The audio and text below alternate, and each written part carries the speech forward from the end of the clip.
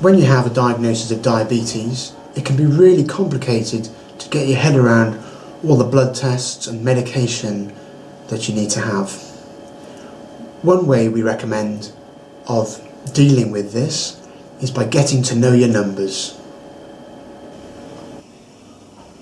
My name's Dr. Michael Jenkins. I'm a GP in Riverbank Medical Centre in Wirral.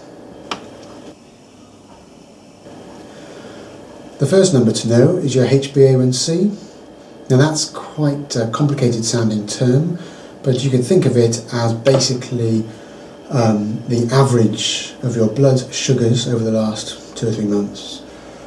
In the past it was described as a percentage, so you'd be aiming for about 7%. These days we talk in a different term, and so you're aiming for roughly 50 to 55%. If your HbA1c is in that range, then you have a much lower risk of strokes, heart attacks, blindness, kidney trouble, leg ulcers and all the other effects of diabetes.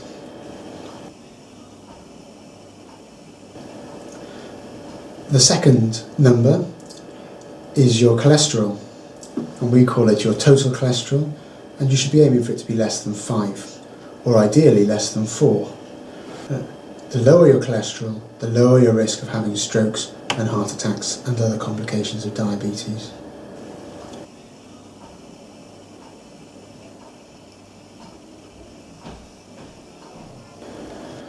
The third number to know is your blood pressure.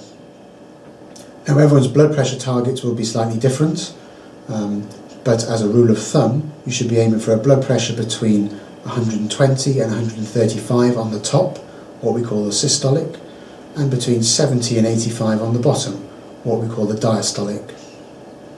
Again, having well-controlled blood pressure reduces the risk of damage to the blood vessels and reduces the risk of diabetic complications. The next number that's important to know is your albumin-creatinine ratio, or your ACR for short. And what this tells us is the level of a protein called albumin that your kidneys are leaking. So if you're a diabetic and a man, your ACR should be less than 2.5, and if you're a woman, it should be less than 3.5. If your albumin-creatinine ratio is raised, then it suggests that your kidneys might be a bit leaky, and therefore it's even more important to keep your blood pressure and your cholesterol and your HbA1c well controlled. I hope you found this video helpful, and remember, next time that you see your diabetic nurse, why don't you ask her what your numbers are, so that in the future when you're managing your diabetes, you know your numbers.